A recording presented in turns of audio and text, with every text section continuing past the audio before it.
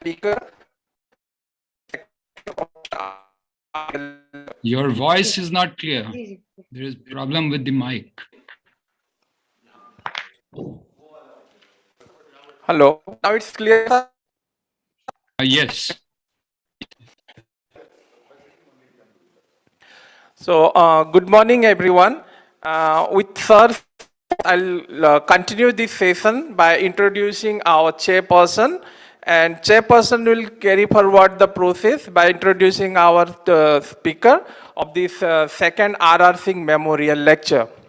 So today we are fortunate to have our chairperson, Dr. Subhashree Sanyal, Department of Social Work, Vishva-Bharti, Shantiniketan. Ma'am is currently working as an assistant professor of social work, Department of Social University, West Bengal.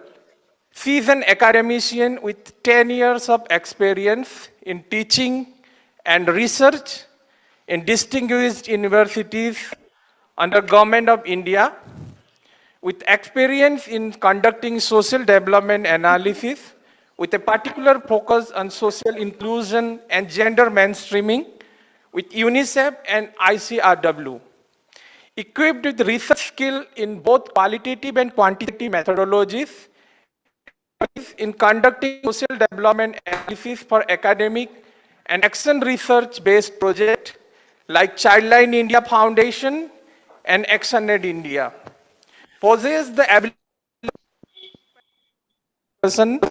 with government and non-government partners and capacity to work multiple stakeholders. She has completed her MA and PhD in social work. She has administrative experience as being a member of various committees in different universities. She has completed 3 years research projects, honored with 3 awards. She holds the membership of several professional bodies. She has presented numerous papers in national and international conferences, workshops, seminars. She is also a member of editorial board. She has penned down many books and articles, research paper in journal. With these notes, I'd like to welcome you, ma'am, to this memorial lecture, and I'd like to hand over this session to you, ma'am, to take forward. Thank you very much, ma'am. Thank you so much. I hope I'm audible. Am I audible? Yes, ma'am. Yes. Yes, ma'am. Okay. Good morning and namaskar to everybody. Namaste Murli ma'am. Namaste Arun Kumar Sinha sir. Thank you so much for giving me the honor to the organizing committee for chairing the second Professor R.R. Singh Memorial Lecture. And before I go on to further, I would really congratulate the host organization or the university for conducting such a wonderful social work congress, and I really congratulate everybody for it. Now, this is the second R.R. Singh, Professor R.R. Singh Memorial Lecture. I would like to briefly talk about Professor R.R. Singh, and post which I would be going on to favorite Murli ma'am. Okay, a little bit about Professor R.R. Singh, and he was born in 1939 in Rampur, Uttar Pradesh, and he has completed his graduation and masters both from Varanasi, BHU. He has done his graduation and MSW from MG Kashi Vidyapeeth in 1960. He also visited the US under the Cleveland International Program for Social Workers and Youth Leaders in 1964, and completed a certain course there in social administration from the University of Chicago. And he obtained his PhD from University of Udaipur in 1974 for his research in social planning and welfare services in India. Professor R.R. Singh served Udaipur School of Social Work, Indore School of Social Work, Delhi School of Social Work, and he has served as HOD in Delhi School of Social Work, and then he was appointed the director of Tata Institute of Social Sciences. He has pioneered mobile healthcare in collaboration with Ramakrishna Mission Hospital, Varanasi, and he is associated with several academic research bodies and has attended several national seminars and conferences on issues of health, youth, and welfare. Sir has been a member of various expert committees on a range of medical and social issues and authored books on youth development, poverty, education, and he has relevant contributions in writing several articles and editorial volumes. He's known as a man of intellect, especially for his work, habits, sincerity, and punctuality. We have all seen him. It is a great loss for all of us to lose us during the COVID. He has dedicated himself to growth and dissemination of social work knowledge and profession in India until his last day. NAPSOI has felt honored by conferring the NAPSOI Lifetime Achievement Award to him in 2015. He has been an advisor to NAPSOI and supported in many initiatives, and especially in various meaningful initiatives like the draft bill for the National Council. And the executive committee of NAPSOI decided to initiate a memorial lecture to commemorate his contributions. And the first lecture was delivered last year during the Social Work Congress at Shantiniketan by Dr. Rajesh Tandon, founder, director, and dean of PRIA. And this second lecture would be delivered by Professor Murli Desai, former faculty member of TIS and one of the pioneers in the field of social work. So, ma'am, I welcome you to this conference. Now, I'll briefly introduce our dear Professor Murli, ma'am, whom I'm very fond of. And it's a privilege for me to introduce her. I'm feeling already so happy about this. And she's obtained her master's in social work from TISS, Mumbai, and her doctoral degree in social work from Washington University in St. Louis, USA. She was a faculty member at TIS for her major part of her career, where the position she held were of head of unit of family studies, head of social work education practice, and associate editor of the Indian Journal of Social Work, which is a very, very prestigious journal in India. She subsequently worked at the Department of Social Work at National University of Singapore and Seoul National University. She has been the convener of the drafting committee of the draft of the National Council for Social Work Education, Bill 2021, and has received a Lifetime Achievement Award in 2018 from NAPSOI for her valuable contribution to social work education. We all know Professor Desai for her notable writings and contributions and all the, I would say, the text and the Bible books of social work, from where we have all learned what is social work from her. Especially her contribution to the area of social work knowledge and research has been path-breaking, and she has written in notable books like Springer, Routledge, and many others. Professor Desai has been an inspiration to many young minds, especially like people like us who are in our middle stage of our career and we are trying to understand and contribute to the domain of social work. She's an inspiration to a lot of women who are working in social work, especially as educators and practitioners. She's personally known to me, and I have been a great admirer of her amazing oration and knowledge dissemination. So I welcome ma'am to this auspicious occasion to share her wonderful deliberation with all of us. And I'm sure all of us will be inspired by what she says and how she'll be sharing her own experiences with us. So thank you so much, ma'am, for joining us. And I hand it over to you for delivering the lecture. Very good morning to everyone. Just bear with a little bit of sore throat today. And thanks a lot, Subhashree, for those very kind words. And yes, I am happy, honored, privileged. This morning, is a bag of mixed emotions. I told my husband I'm going to meet Professor R.R. Singh face to face. And, he just stared at me and said, what are you saying? I really thank NAPSOI for giving me this great privilege to talk about late Professor R.R. Singh. It's difficult to put this word late before him, but that is the reality. The title I have given for my presentation is A Leader with a Difference, as my focus will be on the difference that I experienced with Professor R.R. Singh on several occasions, and I will narrate those. His demise last year has left a vacuum in social work education, as he was not only a pioneering leader, he was also a futuristic leader. You know, to get both in one person is really a rare combination. Professor Singh never taught me, but I learned a lot from him. I worked with him before, during, as well as after he became the director of Tata Institute of Social Sciences. Before I met him for the first time at TISS, I corresponded with him for a couple of years when he was the president of the Association of Schools of Social Work in India. And I was the contact person for this association at Tata Institute. So when we met for the first time, we just picked up as though, you know, we knew each other very well. We started working together when ASVI co-opted me on its executive committee, and later when he became the director of Tata Institute.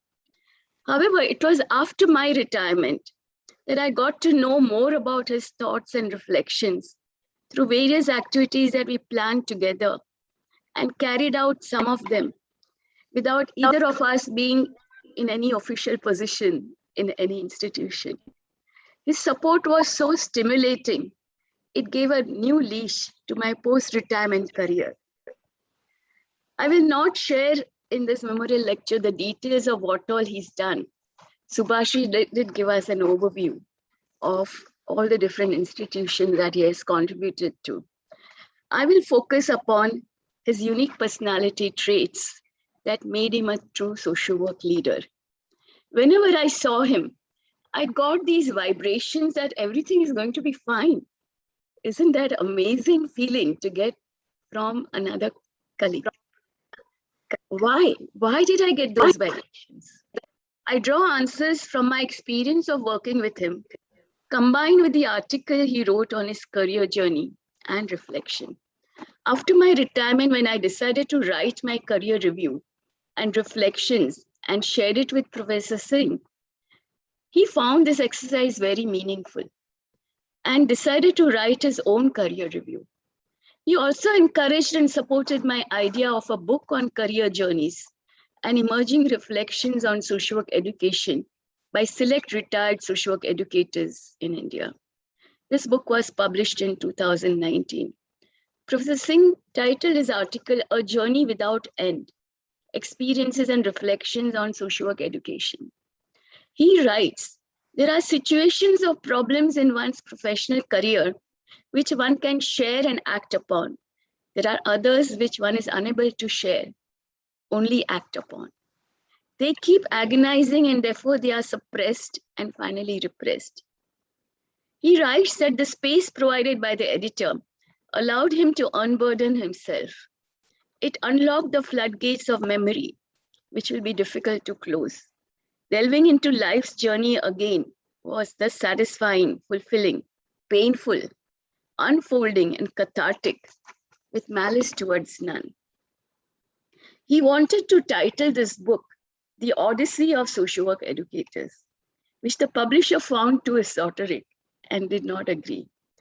Finally, Professor Singh used his title for the epilogue that he wrote for the book, which is kind of a summary and his reflections on all the different journey articles. His humility is reflected in the epilogue as he writes in quotes, "Formerly, I had known most of them, but these profiles make me feel that I had not known them enough. And being an octogenarian, I can now practice from them only to a limited extent." Perusing the articles made me more humble, he writes, because he could not do as much as others did. On completion of the epilogue, he writes that he experienced a higher level of integration. Yet he says that someone else could have done better work than himself. I would like to add here to these characteristics of humility, his humbleness. He wrote his first draft, the first draft that he wrote for the article. He wrote in third person. He kept saying, the TISS director did this and then did that and all. And as a main editor of the book, I had to insist and made him turn his third person into first person and say, I did this. This characteristic of humility is what made him strengths-based. He could see strengths in others. He was a good listener because he respected others.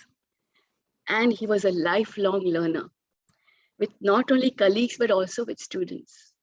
We have seen him attending even student sessions with a lot of interest and sincerity at congresses, at the institutions where he taught, etc. In this tribute to Professor Singh, I've also referred to his reminiscence and narration under the title of Meaning of Celebrating Social Work Week, prepared by him on the occasion of the Social Work Week that was jointly organized last year by NAPSWI, Kashi Vidyapith, and INSWA. He chose to narrate his lived experience like his report card. He was talking to Kashi Vidyapith, saying that, this is what I learned from you. And after that, this is what I did. So he said, I have to give this report to you to say that this is how I have used what I've learned from you. He chose to give an account of what he got from Kashi Vidyapith and what he was able to give back to the profession and the society. He also emphasizes in that article that the celebration of Social Work Week should be a week of retrospection, introspection, prospection, and reflection. Reflection is a result of integrated learning, he writes. According to him, the Social Work Week should address the growing deficit of social work ethics, professional integrity, and consciousness. This observation of him pained him a lot, and it's a recurring theme in all his later writing. He lived social work. What do I mean by that? He himself writes that he entered the social work program at Kashi Vidyapith by accident.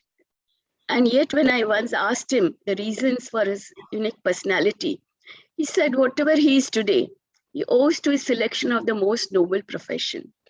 I have not seen another social work educator like him who had internalized and integrated social work values in his life unconditionally. He narrates how his perspective shifted from making a living in social work to living social work with a deeper commitment.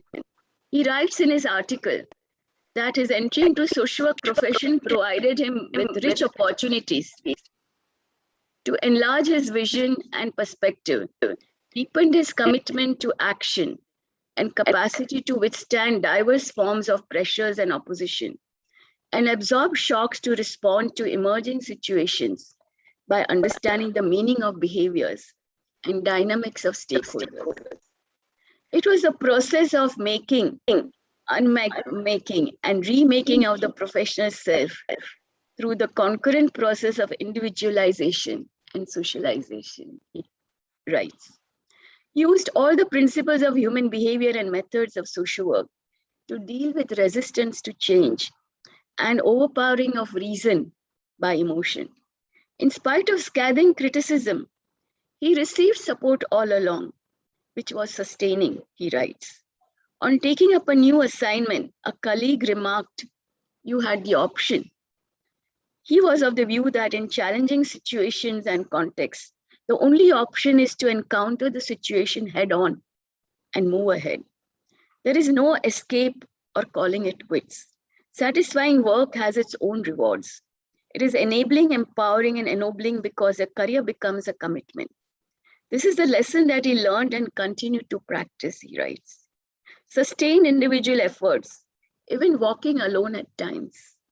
Strong professional ethics, teamwork, intra and inter-institutional support, availability and use of resources, additional resource mobilization, and location impacted his achievements, which according to him are modest, but have made a perceptible difference.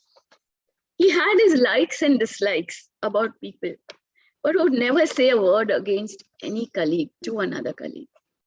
I remember that in Tata Institute Academic Council meetings, when we would be discussing names of experts to be invited for convocation, his rule was no one should say who should not be invited. No names of experts should be taken with reference to any negative remarks. The only expression allowed was who should be invited. So these ethics at the highest level were extremely impressive and sustained. When he was TIS's director, I once went to him to share my concern that the SC/ST Standing Committee was working defensively when they should be proactive. And he encouraged and supported. He took this concern very seriously and made changes to improve the approach. He encouraged and supported development of the good qualities that he identified in his colleagues, a very important characteristic of a good leader. He recently told me that I should convey to my TIS's colleagues that he's a great admirer of TIS's work ethics. So it's not just that he didn't say negative about others. Whenever necessary, he made it a point to emphasize the positive points, the strengths. When he organized ASVI seminars, we've all experienced, we would have sessions before breakfast, throughout the day, as well as after dinner. Yes, we have to make maximum of the resources that we were using. He himself attended every seminar congress that others had organized with as much seriousness. Whenever he was invited to speak, the kind of preparations that he would make, although he was so well read, he worked so hard that every new speech of his, there was always something new that we would learn and take back. This whole emphasis on individualization that he learned, he says, from Miss Nellie Hartman, is very interesting with reference to writing references. He says he would never like to write, to the best of my knowledge, this person bears a strong moral character. That is not individualization. He would actually do a case study of the person he was writing about and then individualize that person's strengths and contribution and then write the testimonial. Let me say a little bit about his reading and writing that we've all experienced. He began his schooling in a village which had neither a newspaper nor a library. And yet he grew up to be one of the most well-read social work educators in India. His command over English language is really unparalleled, according to me. He was very fond of exploring and using new words when he would write. I can almost imagine his study table, which I have not seen, full of dictionaries, thesaurus, besides all the books that he was fond of. I had recently discovered that he was also a poet when he sent some of us a poem he had written on his great-grandchild, talking to him about how he should be brought up. He called it Soliloquy of a Child, Parenting as Perceived by the Child. He writes in his introduction, I've had an opportunity to observe a growing child for a year now, and how he's being reared by his parents lovingly, angrily, exhaustingly. As a participant observer, I have tried to interpret the meaning of his behavior, his crying, his reaching out, his body language, curiosity, frustration, sense of wonder, and so on with joy. I have been trying to intervene and neutralize the harshness of parenting through soft talking, lifting him, talking out, taking him out, showing birds, animals, seasons, flowers, fruits, etc. Since he has picked up a few words, he mostly guided Professor Singh, allowing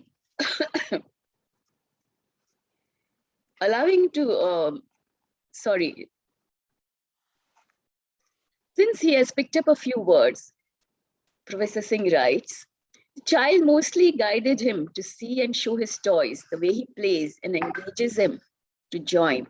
He heartily enjoys Professor Singh's clowning and foolishness and makes new games out of toys.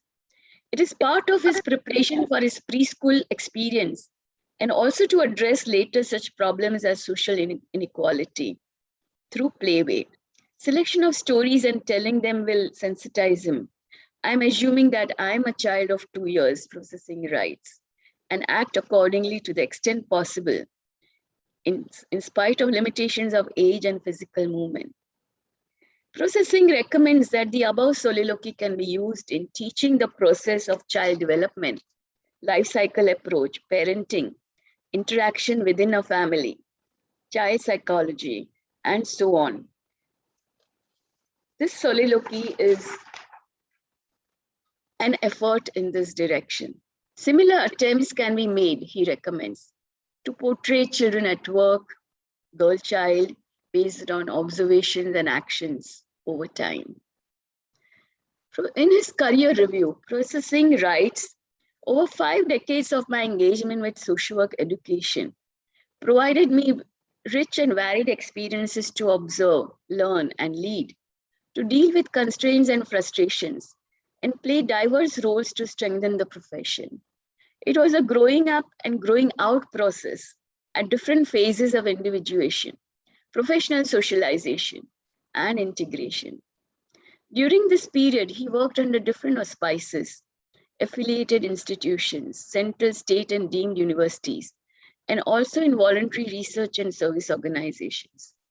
Under the joint auspices of a central university and an NGO, he also got an opportunity to establish an institution which was unique, memorable, and challenging.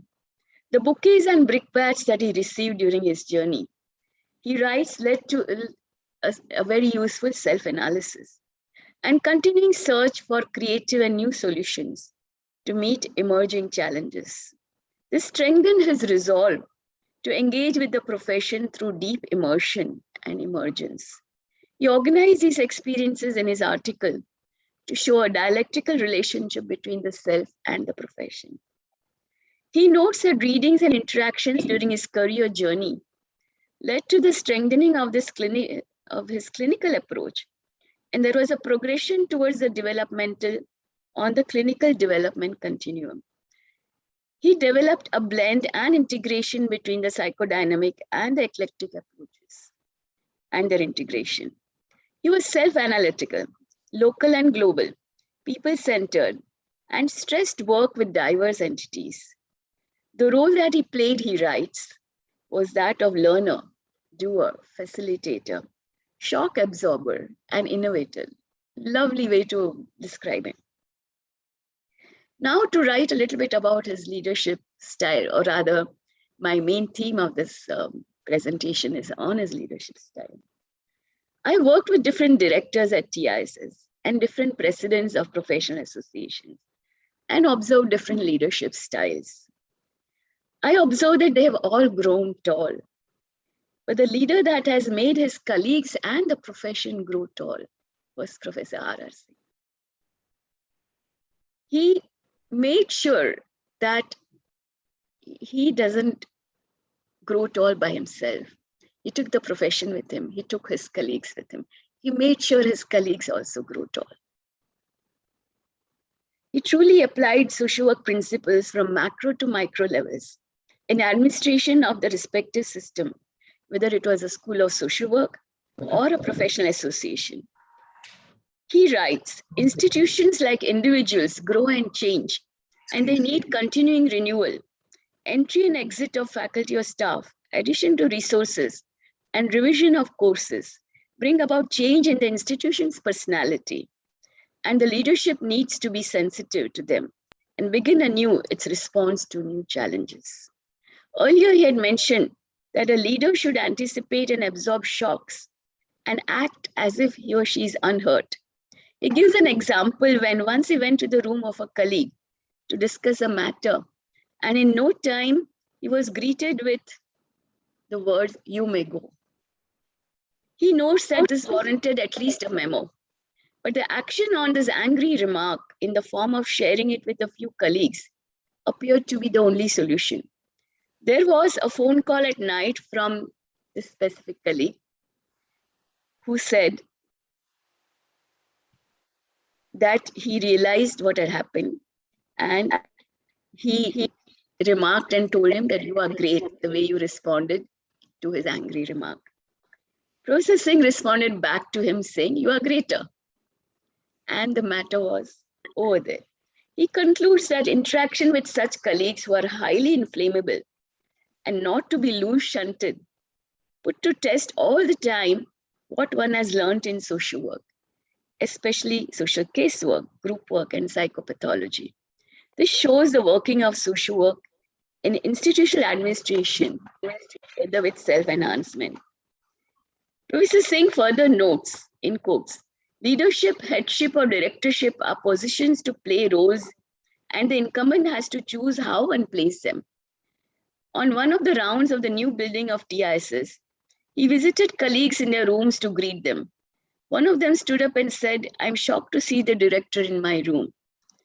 His shock and surprise were met with a smile. In Delhi, a colleague had commented about him, he writes, as the most mobile HOD, which was true. This mobility was not a random wandering or leisurely walk.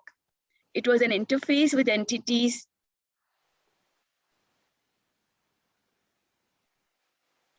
each day, including plants, he writes, and to know the institution anew. It was a reach in and reach out. Morning walks on the university campus were also used to discuss and clarify matters with authorities relating to the department, followed by letters. This allowed him more time during the day for work and troubleshooting. Occasions kept arising unannounced, and the class tests were to be passed, he writes. This is learned on the job. An incumbent with self-confidence, conviction in the profession, and pride in the institution will continue to learn and grow. One needs to balance transparency with accountability, because disclosure may threaten the integrity of the institution. Tragedies do arise, and one has to maintain equipoise. In such situations, however, one finds that all entities are emotionally overcharged, and the normal work gets suspended. The real test of an institution's strength, however, is to face such situations with equipoise. But one could also face the charge of being heartless, he writes. He, however, experimented alone to continue his work and also to respond to challenges and tragedies with dignity and solemnity. Because theories of crisis intervention and disaster management is what he was practicing. He evolved an innovative method when there were accusations against him. Whenever any charge was leveled against him, instead of defending himself, he used to demand an inquiry be set up. This has kept him in good stead and even opened better career opportunities. What can be a better application of professional social work, especially social case work? His major concerns in social work education, which really pained him. I have just briefly given an overview. His narration of the history of social work education in the reminiscence that he wrote to Kashi Vidyapit make us all feel proud. He writes about how each institution was set up with what mission, what goals, and how they function. However, he then, when he comes back to the present scenario, last couple of decades, he's under a lot of pain. He emphasizes history to go back and understand what really was our mission to start with. However, the dynamics of the institutions of social work, he writes, were no different from general courses. Although he applied a lot of social principles in his own life and work, he sees that the institutions are really no different than other disciplines in terms of violation of UGC norms, he writes. The problem-solving approach was not evident. The divide between word and deed was pervasive. Poor work ethic and professional ethics hollowed out the institution's strengths, depleted and drained their resources, and sapped their spirit, which diverted much of one's energy to prevent and control damage. Its invisibility required covert action or deliberate inaction, which tormented one's conscience. It appeared that conscientization was meant only for articulation and not for practice. One had to live with such hypocrisies and work ahead. According to him, a majority of the social work education institutions follow double standards. For faculty position, maintenance grant, etc., they follow the pattern recommended by the UGC Second Review Committee. But in work allocation, they compare themselves with the general departments. To the neglect of minimum hours of presence per week on the campus, minimum number of working and teaching days, required days for practice learning, and supervisory visits in the name of academic work. In one case, due to disturbances in the university, the concerned department worked only for 90 days. In such a situation, one is left to wonder as to how professional ethics, social work practice, and education can be strengthened, he writes. In the epilogue, he also describes some other concerns that he has with social work education, namely, absence of regulation of quality in administrative matters in social work education, absence of and politics in curriculum development in social work, multiple degree, diploma, and certificate programs within social work run by the same number of teachers, neglect of implementation of UGC norms in the distance education programs in India, and lastly, push for Indianization of social work education without rigorous practice and research. Towards the end, I would like to say what processing notes that the experiences and reflections of educators highlight a continuing process of progression over the years, both in perspective and practice. There's no going out from the journey, it is only growing out. Further, it transcends all the boundaries and binaries over reaching a higher level of integration between the self and the profession. A career journey thus becomes a life journey for those with conviction and commitment to a chosen mission. In his view, an educator practitioner may pass through an overlapping stage of acceptance, respectfulness, humility, intensity of feeling, thinking, action, review, and renewal for achieving integration by making an initial effort. It's consciousness and awareness in action, which leads to effortlessness, spontaneity, and reflection.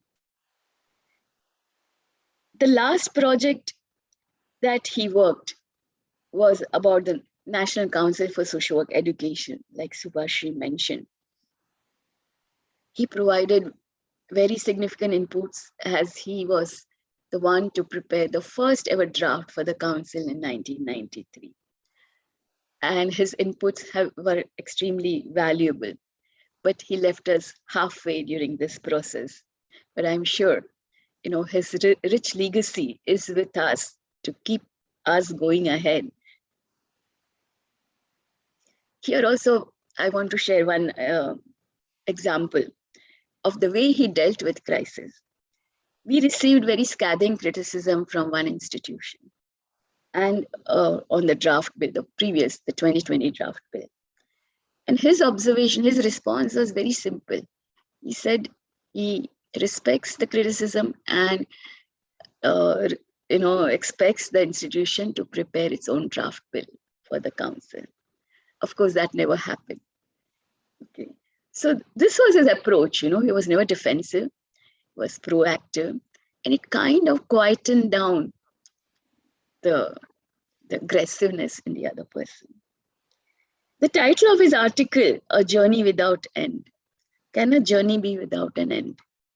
The answer requires a philosophical discussion.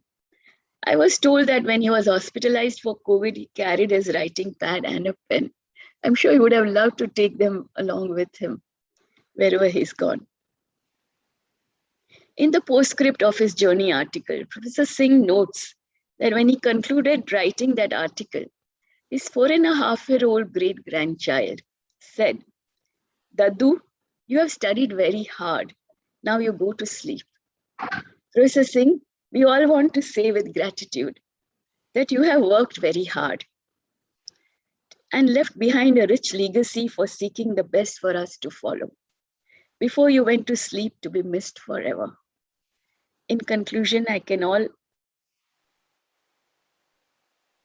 request all of us to truly integrate the social work principles in our lives. Only then it will come in our profession. Like he ended his presentation at Kashi Vidyapit, I end this tribute to him with Satyameva Jayate.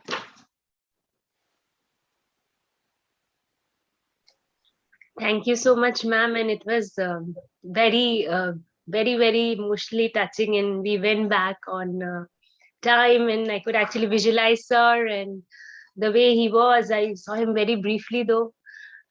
It is a very, very emotional moment for all of us. And thank you so much, ma'am, for this wonderful sharing. It's really, really made the day very beautiful. The memories are really flooding across our minds. Now I actually ask the Professor Bhatt to kindly share if he wants to something with us. Oh, I think there's a connection problem.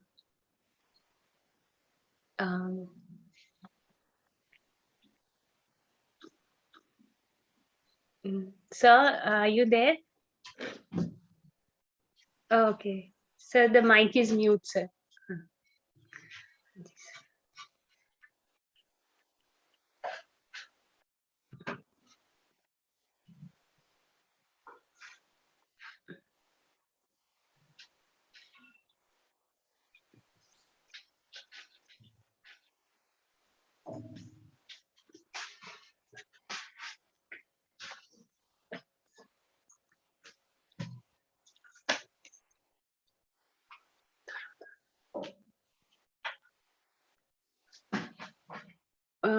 Sir, we have concluded the lecture with Professor Desai.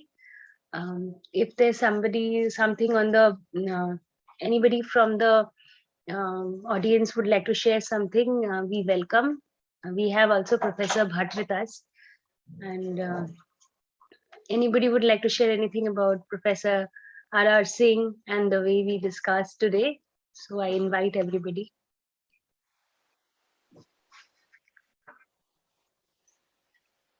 Ji, sir? Sir, I am not able to hear you.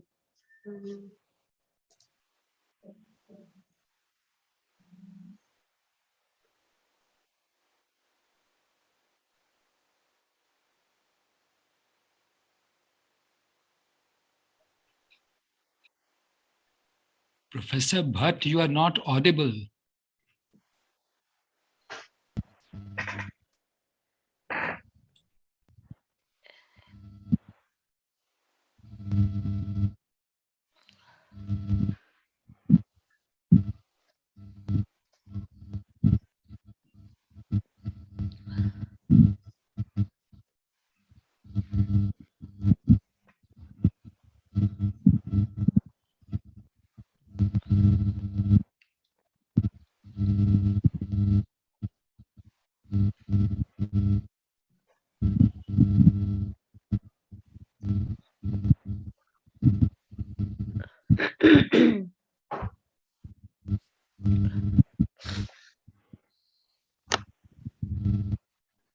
Dr. Subhashree, can I just take 1 minute?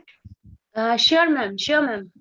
Okay, thank you so much for providing the opportunity. Respected all, I just want to speak that Professor R.R. Singh, he is an institution himself for the social work and especially quality of social work. He is a mobile encyclopedia for social work. If today we can imbibe any one of his quality, then it is a true tribute to him. That's all I would like to speak on this occasion. Thank you so much for providing. Thank you so much, ma'am. Anybody else would like to share something with Professor Desai and on the forum and about Professor Singh and the way we reflected upon?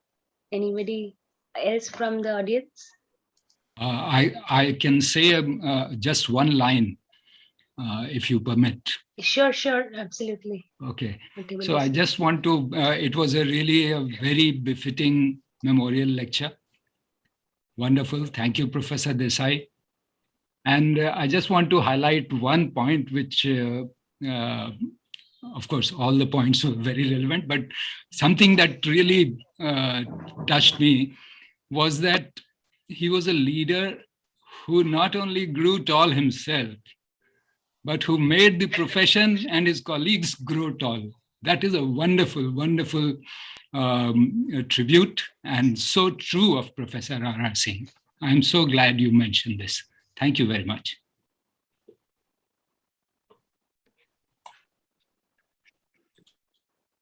Okay.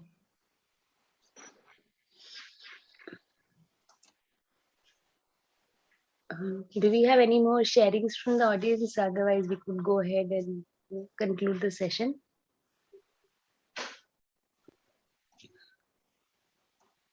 Okay, we have Professor Bhatt back with us, so we'll wait for him to join us.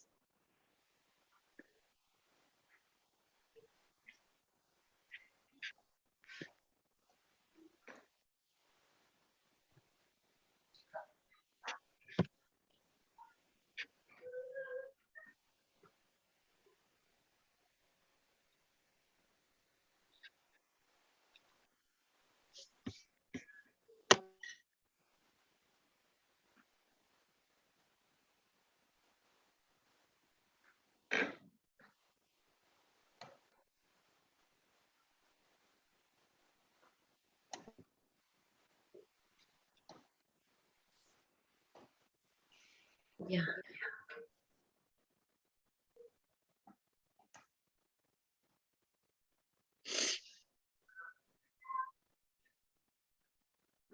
Yeah.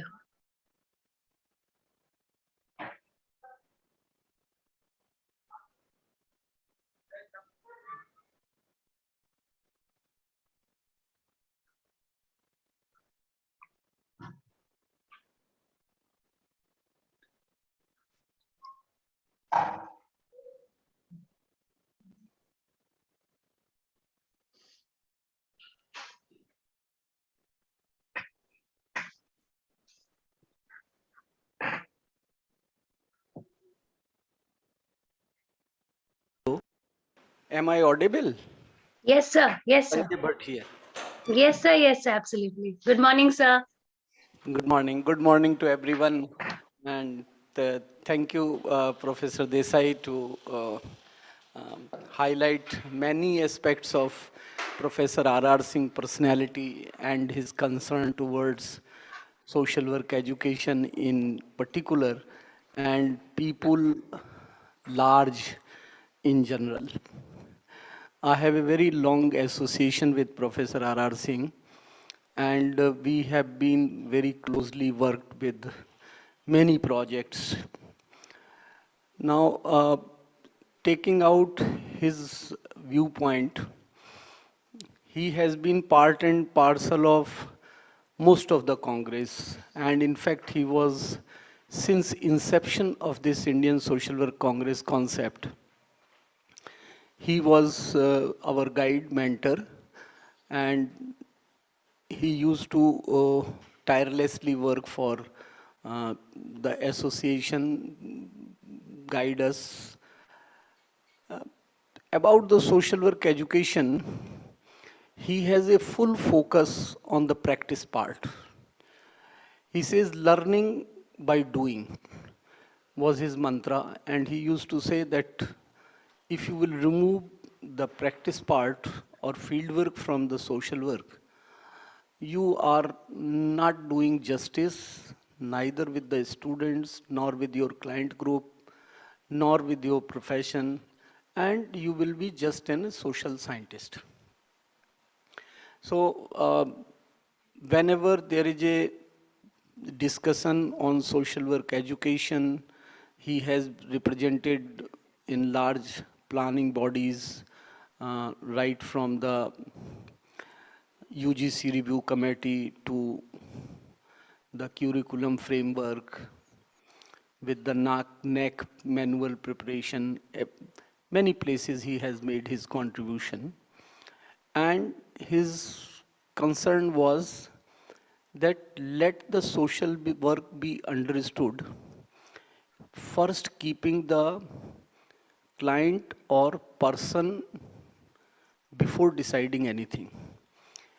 And he always used to say that if you are deciding your profession by in terms of employment generation, probably you will miss its philosophy and many of the important contours.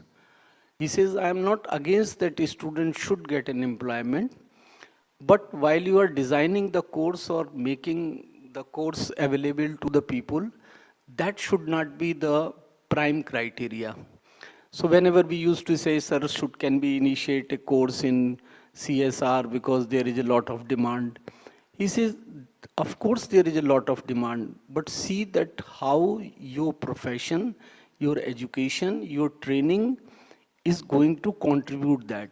Not otherwise that since you want that your student should get job, you start designing the course. So he says that there should be a practical way and a very balanced approach in the competencies and goals which you are going to grant to your student. As far as personal level is concerned, we have many experiences. Very sensitive person, very emotionally charged, good visionary, and of course, this is second Congress without him, both virtual, but had he been here, he would have been sitting on the front row right at 8:55 while the program has to start at 9.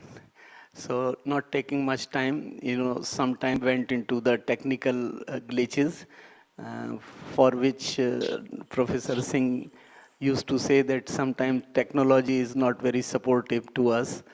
But you will be surprised that during the COVID period, he has learned this. And fortunately, I was the first one to bring him first time onto this Zoom platform and on his screen during COVID. He must have done it Skype call and other calls earlier. That I don't know, but then he started slowly and slowly adapting it and enjoying it.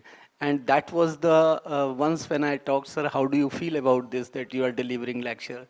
He says, so must go on. And I know that this is the need of ours, so I have to adapt it and I have to make myself adaptable to the new technology.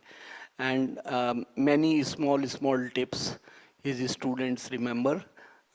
Dr. Arun Kumar is here, and we normally discuss. We both have also opportunity to work with him when he was ASPI president.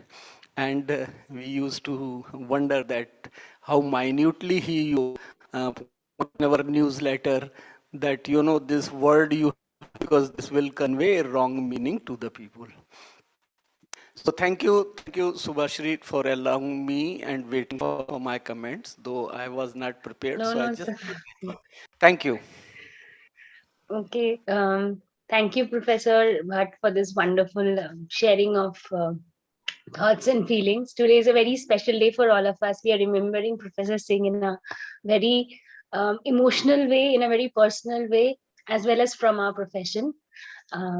This I would thank everybody present here to join us for this auspicious lecture, because not only this is a lecture which is done in the conference, it's a memorial also for a person as great as the stature of Professor R.R. Singh. So thank you everybody for joining us here.